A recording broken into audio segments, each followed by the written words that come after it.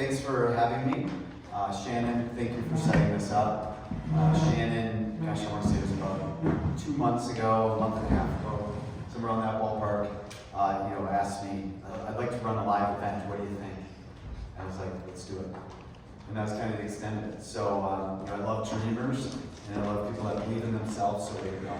Otherwise we wouldn't be here. So everybody, just a quick round of applause for Shannon, all the work she's doing.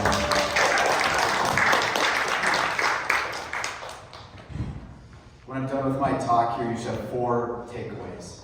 The first one is you have a friend with generalized anxiety disorder and someone who loved booze a lot in the past. You will learn what a misogi is, okay? There will be 13 things that have changed my life that I'm going to share with you.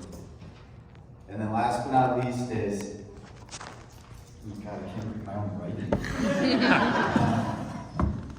Where you spend your time and money is actually what you value. Okay, so let's go through those 4 one more time. Number 4, where you spend your time and money is actually what you value. Number 3, I'm going to give you 13 tools in your toolbox. Number 2, you'll actually know what a misogi is. And last but not least is you have a friend right here, always, general anxiety disorder, panic attacks for years. I know what those individuals feel. I'm not going to glorify those moments. But I'll talk a little bit about it, okay? Number 1, we talked earlier today about coincidences, and how coincidences come together. There's 2 I just got to quickly share even in the course of today, all right? Rosie over here, it's crazy to say this, but so the church I've been going to for years is the best friend since they were young, is a good friend of mine from the church. It's like, what are the odds, right? And so the individual that's best friend or growing up best friends also works with us at the church and has been teaching our kids for years now. So it's always funny about those coincidences. But I want to share a coincidence that actually through the course of this coincidence changed my entire life.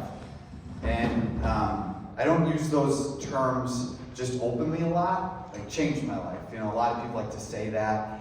Tongue-in-cheek, maybe social media, whatever. It's like, changed my life. Well, this one did.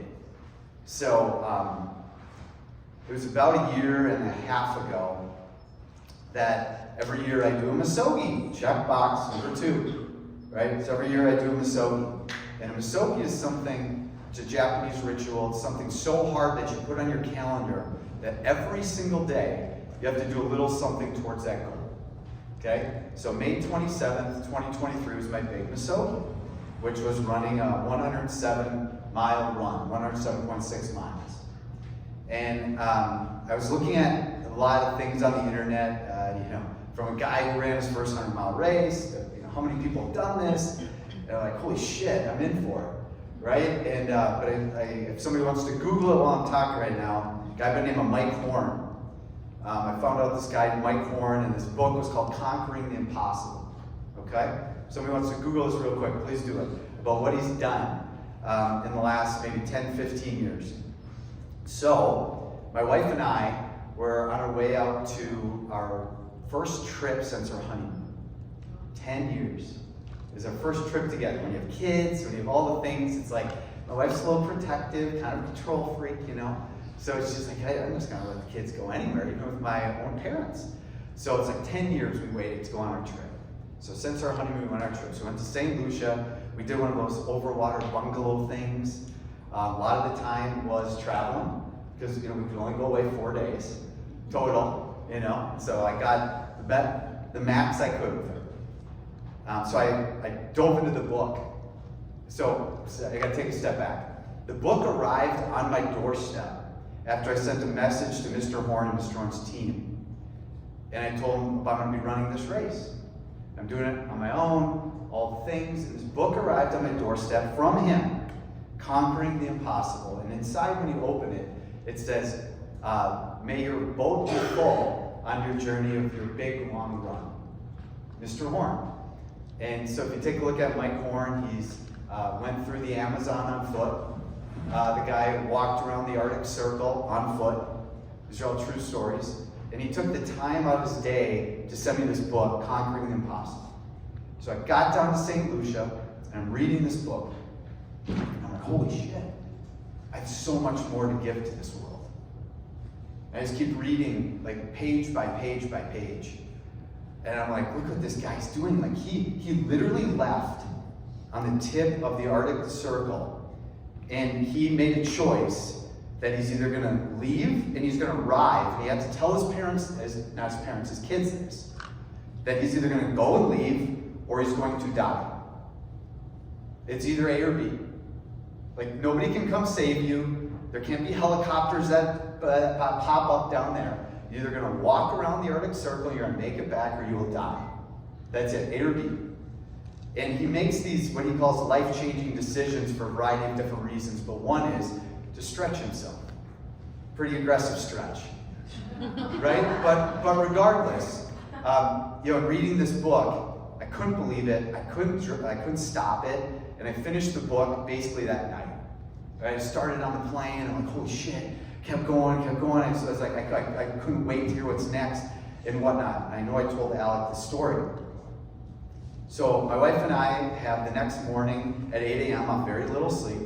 We were going to go on the snorkeling deal, right? So we're going to go on this little snorkeling thing. And I've always saw this little guy kind of walking around, and I'm not very tall, so anytime I got like that leg up on somebody, I'm like, hey, what's up? Because I have him by about 4 inches, And so this gentleman, who I found, his name's Timu, we're sitting there waiting. Him and his wife are waiting. My wife and I are waiting to go. It's just the 4 of us. And I asked, of course, where are you from? And he points at his wife to talk. She's like, oh, we're from way up north. I'm like, oh, way up north? Like, where up north are you talking about? And he's like, we're way, way, way up north. So they're Inuit Indians from the Arctic Circle on the Dorset area that I just read about.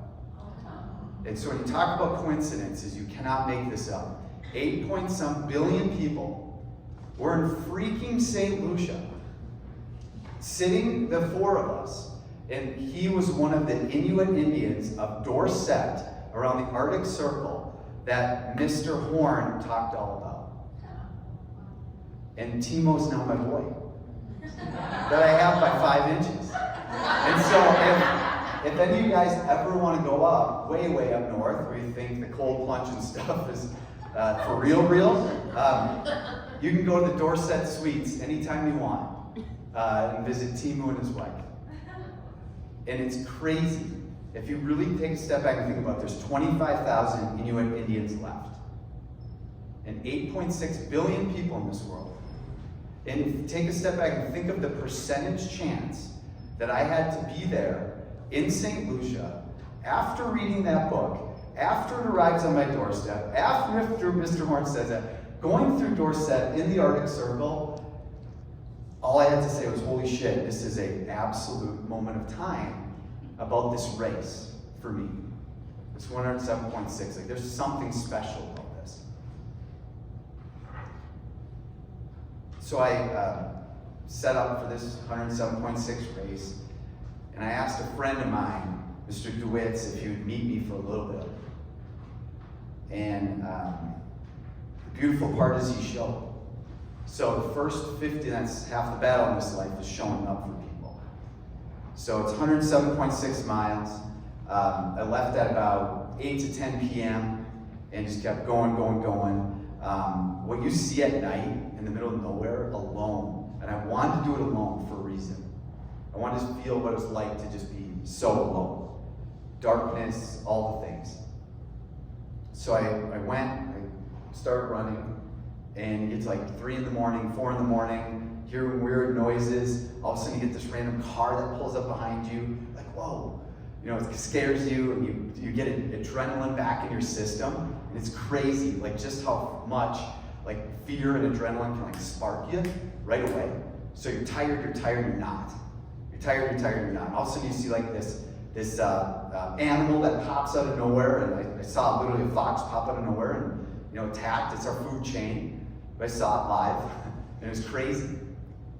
But there was nothing on earth that will ever, except obviously my family, my wife, my kids, that will equal the 50-mile mark in my life. that Alec, Ethan, and my son at the time, 9, showed up to run a lap with me around White Bear Lake. So White Bear Lake is right over here, and it's exactly 10 miles around, 9.91 miles. So I knew I had to do that beast 11 times. And you just keep going and going and going. You're broken, and it's insane, and it's difficult. So at the 50-mile mark, these guys showed up. Like I said, I was broken. My legs were freaking ruined. My mental state wasn't the best. And then these guys show up, and you're immediately like feeling hope, feeling that someone's there for you. Like you get a team, like somebody holding your backpack for a little bit, and all you have to do is drink the water. Because you're carrying that all alone for 50 fucking miles. I'm not going to say the 60 through 107 was easy, but for those 10 miles, I had this renewed energy, the commitment back to the race. I will admit I was ready to quit before mile 50, if I'm being really honest with myself. And at that moment, through 50 to 60, I realized why I did this whole thing, and back to like conquering the impossible with Mike Horn of the why. And the why is, I was that guy that was alone. I was that guy that was alone. Like I said, I'm not going to glorify like the stuff in the past, but I'll tell you, like, my dream was to go to the US Open tennis tournament. Since I was young, I was a tennis dork, and I loved tennis, right? I loved it so much. My dream was to be at the US Open. I made it there. I was able to go to the US tournament, and I spent the entire US Open tournament like in the hallway saying, I'm gonna go grab something to eat. And really, I was having panic attacks, because there's so much going on. There was a lot, a little bit of alcohol, floats your boat too. It stirs into panic attacks and anxiety. I made it to Hawaii, and I don't remember really anything but the same bar that we went to, for X amount of days. So I was that kid that was alone and was on my own and trying to deal with anxiety and panic attacks and all the things and the coping skills that we learned in our family. Where, well, let's push that one by the rug. Let's have a drink to toast to that. When I talked to my mom about this, I'm 43 years old in May, and I talked to my mom last week that I'm going to be talking about this.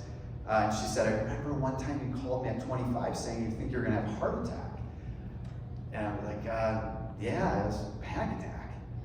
Those are panic attacks. That's what that feels like, right? And if you haven't experienced that or haven't had that feeling before, number one, I hope you don't. But if you do, I hope this gives you a little bit of empathy for individuals that do, and what that feels like for them in their heart. And they're feeling like they're going to die. You feel like your heart's racing. You just want to shrivel up. You're like holding on to things just to make sure you can stand up. It's this crazy experience that you go through, and then it gets worse. Like when it's done, it gets worse. Why? Is because all you do is worry about it. Like that's it. Like all you do is worry for the next panic attack. You're worried about the next moment. So, generalized anxiety disorder, panic attacks, I'm proud that I went through that. And I'm proud that I'm able to share with you guys about these experiences. And back to Abby's point and everybody else's point, like, we need to talk about this. And we need to share these things. Because you know what, odds are, my dad, anxiety doesn't fall too far from the truth. And my son, now he's 10, he already has generalized anxiety disorder, diagnosed. So the best part is dad can talk to him about it. And we have our boy talk. And we talk about anxiety. And what are you feeling before that test? What does that look like for you? So instead of my dad saying, it's okay, you got this. No, let's dissect this. How are you feeling? What does this feel like? Your heart racing? It's no big deal, we got it, we can do it together. So I flip back to the 50-mile mark. And in the past, I've always felt very alone through all these things. Hence why I wanted to do all this. But what I felt is love. What I felt is help. What I felt is human connection. What I felt is support. What I felt was capable. And when you have that, you can do anything. So for those first 50 miles, all alone, nobody with you, And for those 10, they were. And what I'm trying to tell you guys is, there's millions of people that feel that way every day, that are alone, that don't know how to connect, that are waiting for someone to hold on to their water bottle, that are waiting for someone to pick them up when they're down. And I ask you, are you that person that's going to show up for somebody at mile 50, for somebody else? Because there's a lot of people that need your help. And boy, I mean a lot. I've dedicated my last 10 years to this space, and it's been the greatest thing that's ever happened to me. I thought winning in 2000, 2005, 2010, was getting an MBA, was going to corporate America, was making six figures, was, working up the ranks of a corporate company in Fortune 500 businesses. Like I thought that was success. And the reality was it was anything but. A new car wasn't success, a new home, money in the bank. Like none of that really meant shit. Like what did mean something to me is when I actually found out like who I was. Like really what I was going to be in this world, what I wanted to do that wasn't like somebody else's layer of success that I thought it was. Like my mom and dad were proud. Well, you got your MBA, I'll go tell Aunt Sally about that.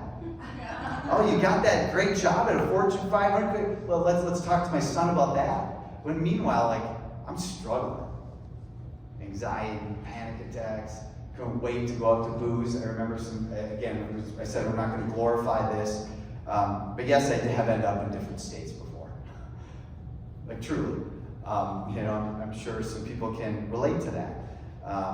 Or yes, there's been 4 straight days where you haven't got much sleep.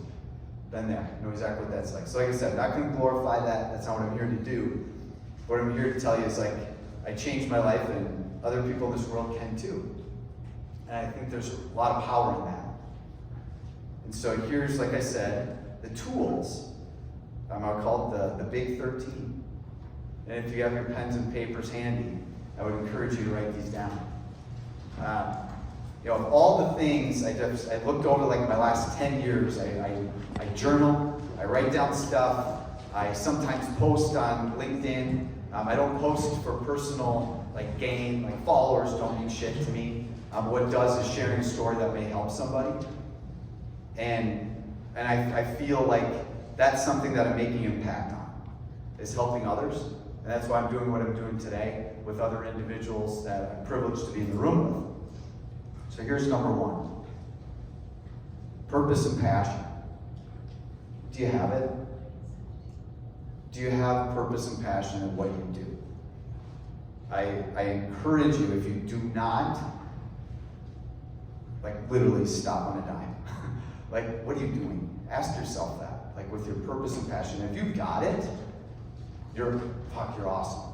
You're leaps and heads above bounds a lot of human beings in this planet right now. But if you don't, I would really reflect tonight and I'd start writing about your purpose and passion. What floats your boat? Back to JC's enough. Enough is to have a little bit of purpose and passion behind something that you wake up for. Through this, it's not number 2 yet, but girls' mentorship was talking about fear. It's part of this with it is 0 fear. Through my purpose and passion, I have no fear.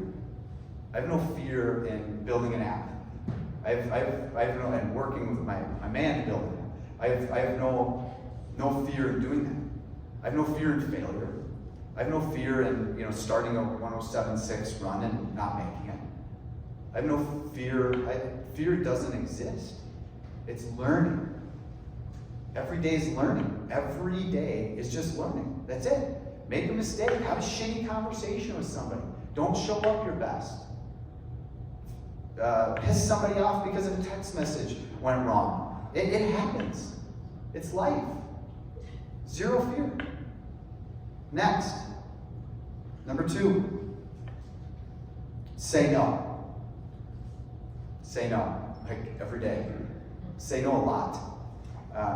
Rosie asked me, how do I do all what I do throughout the course of a week, a month, a year? The reality is the only way I can do it is say no. And there's things that I say yes to, and they're very purposeful. Back to number one, purpose and passion. If it doesn't align, get it out of your life. Like yesterday, cut it out. We all are walking around with what I like to call a little bit of fat. Not literally and figuratively of eating, like we're walking around fat, right? Cut it out of your life. Say no. Number three, I'm going to talk about and focus on my mental health. That was number three for me. Okay, so I'm going to focus on my mental health. I'm going to focus on my anxiety, and I'm going to help as many people as I possibly can that have same or similar thing going on in their life. And I've dedicated my future to that. I'll continue to do that.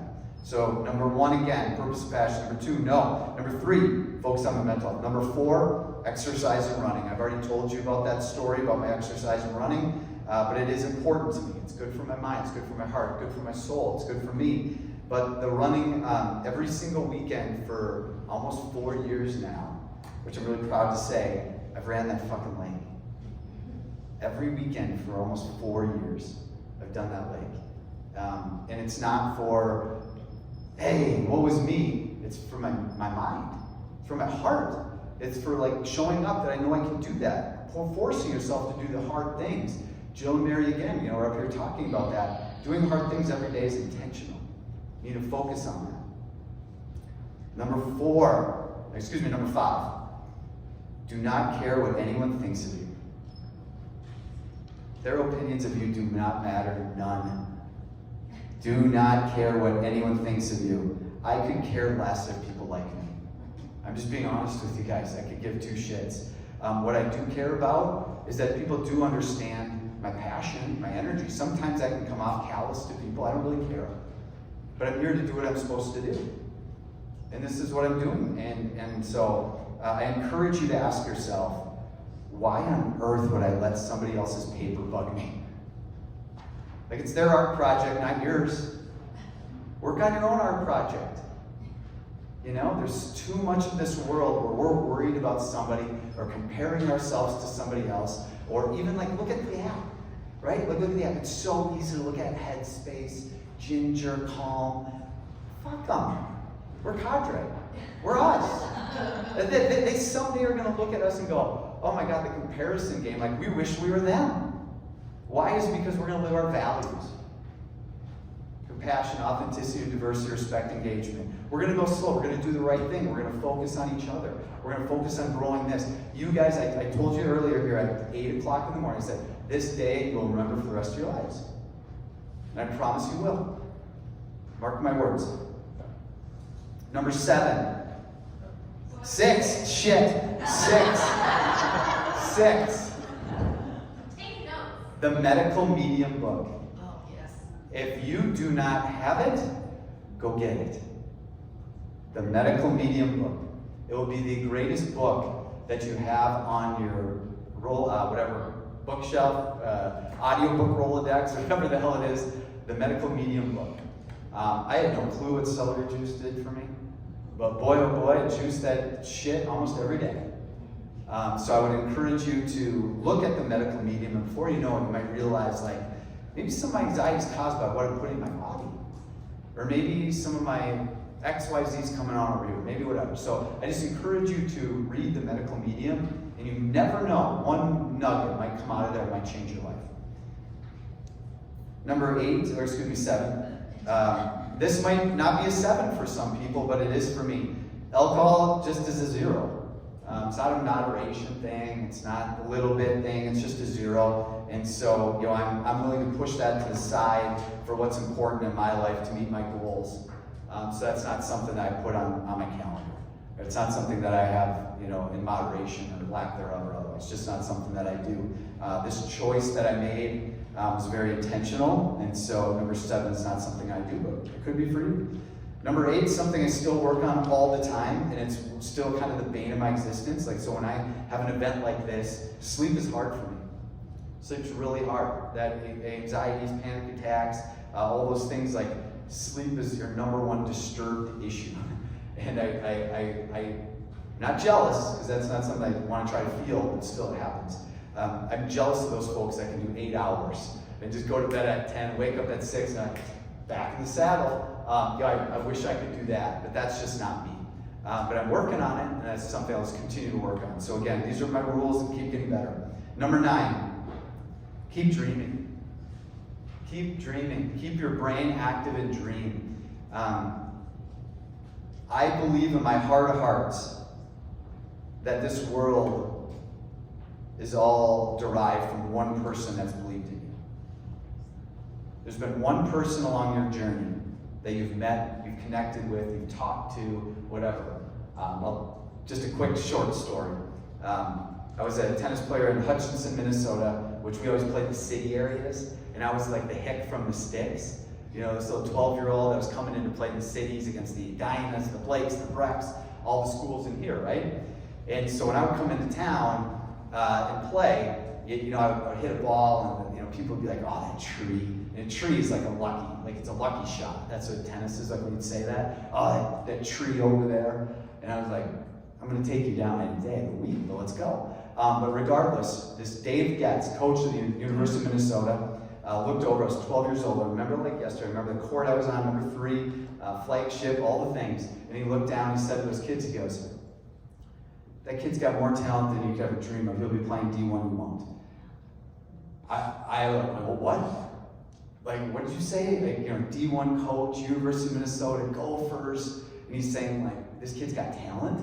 And then right away I was like, I do? Like, I'm talented? Because one person believed in you. And I think that is a change agent that we all can be for people in this room. And we can reverb that. Like, you never know the power of one that believes in somebody else. And if you do that, I'm telling you, it can change the world. Like, I believe in my heart of hearts. I know we talk about people and point people out, but I believe in my heart of hearts Alec is the next Steve Jobs. And some people may think I'm crazy. I'm serious. You should see this guy work. You should see what he does. You should see what he builds. You should see how he develops. Like, I believe in him with all my heart. Shannon, I know you're starting aloud. Like, it will work. It's just how it's going to be. Like, I believe in you with all my heart. Right? Anna, you're starting Tribute someday. Like, it will work. Why? It's because people believe in each other. And that power of the belief and hope is going to take you to the fucking moon. And sometimes it can be your wife. Sometimes it can be your husband. Sometimes it can be your partner. Sometimes it can be anybody that just gives you hope and belief. And when they give you that, it is just fucking nitrous oxide, nitrous oxide in your tank, and you're a rocket fuel, and you can just go forever. So never ever forget that. Number 10, your inner circle. Your inner circle.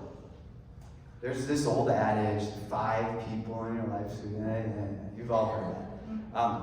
What I'll tell you is this. It's true. It is absolutely true. You're spending your time here on Monday and Tuesday this week. Maybe it's self-development. Maybe it's learning. Maybe it's growing. Maybe it's feeling better. Maybe whatever it is. But this is the circle you've hung around with today. And I ask you, and look at yourself in the mirror when I'm going to say this, because you will have this moment. When you're out in the real world, it'll be a week from now, 2 weeks from now, and you're going to be sitting in a conversation going, what the hell am I doing here? Somebody talked about food and family. I wouldn't show up. It's not a circle I want to keep. I don't care if it's my mom. I don't care if it's my dad. I don't care if it's my brother. I don't care if it's not a circle I want to be involved with. Those are conversations that are hard, right? Talked to my brother-in-law saying, it's not something we're going to support. But it matters if you want to keep your inner circle where you want to go. It matters. I know some people probably thought that was pretty callous. But I've told my mom hundreds of times no. Number 2, say no. And your inner circle are those individuals taking you to where you want to go in this life. And if the answer is no, think about that. Think about where you're spending, back to number 4, where you spend your time, where you spend your money. It's actually what you value. No other way around it. Where you spend your time and where you spend your money is where you value. And where you're spending it right now is very important. Number 11, social media. I already talked about this, but I don't care if Cadre has 1 follower or 20 million. Are we doing what we want to do? Are we showing up to change lives? Are we developing a good mission? Are we being change agents in the world? If the answer is no, let's cut her off. But if the answer is yes, those 713 people today, Calm can have their 2.1 million. I don't give a fuck. We're going to change more lives with those groups than they do in totality, because we're much more focused on what the whole scope of this is, not how much money you can make in a quarter. Social media for me, again, is how is our message being reverbed to the world? If anybody follows me on LinkedIn, you probably notice it's very intentional. What I'm sending out and why I'm sending it out there. And I always look at it like my 15-year-old son could read this. My 9-year-old daughter could read this. What would they get? What would they get? Is it positive? Is it fulfilling? Is it worth their time? Does it make them better? And if the answer is no, why am I doing it? So again, with that, I think you can also win. There's a lot of people that start following, I think, a different mission. And so there's nothing wrong with being unique, but social media is something that, I'm not on Facebook, not on all those things, but I encourage you why you're there. Why are you really there? And I get it, some businesses, you have to be there. That's presence, I understand that. But truly, I asked, why are you on social media? Something very intentional that I tried to live into those values. Next is, who in the hell is your superhero? Who's your superhero? Who's your person that you are going to look up to? Who's your person that is your person? I've looked up to a lot of people in this room as superheroes one time or another. And I have a feeling, if you really ask yourself who your superhero is, someday you might say you. And that's the greatest thing that'll ever happen in your life. Someday you actually might be your own answer for number 12. That you can be your own superhero. My wife asks me all the time, those podcasts and whatever. I'm I don't listen to any of them anymore. I don't. I've listened to them for years. I've listened to Goggins. I've listened to it. I've listened. And I think we spend so much time trying to be somebody else. I think we're spending so much time trying to develop this persona of this, take a little bit of this person, a little bit of this person, a little bit of this, and it'll make me. It's just be you. That's the 12. I see people in this room that are turning into superheroes. I do. And I'm sure you guys can look around the room and say, I do too. And that's amazing. Maybe some people still do need to listen to the Marys and Jills, and the JCs, and the Shannons, and everybody else that has anything else that they put out in the world. But someday, you're going to realize that all I have to do is live it. I have to live it. I have to live into these actions every day. Not just some days, but every day. Living, eating, breathing wellness, doing the things, doing the right things, being honest, not talking about all this shit. And last but not least, and you guys will like this one, number 13, the Finnish way. The Finnish way. The Finns say sisu. Does anybody know what that means? Sisu? S-I-S-U? Does anybody know what that means? Grit. It's this Finnish word for sisu, and it's their country. They're literally their country. The Finns talk about sisu, and they talk about it a lot, about how they're gritty. And they go out and they do these things, and they live through these processes, and that's the Finnish way. And what's the two things the Finns do? That's one. You gotta be careful. Sauna. You gotta make sure you say it to Finnish, sauna. What's the second? Yes, thank you. And so, I know that I'm not calling anybody out, but the Finnish way is, do you do it every day?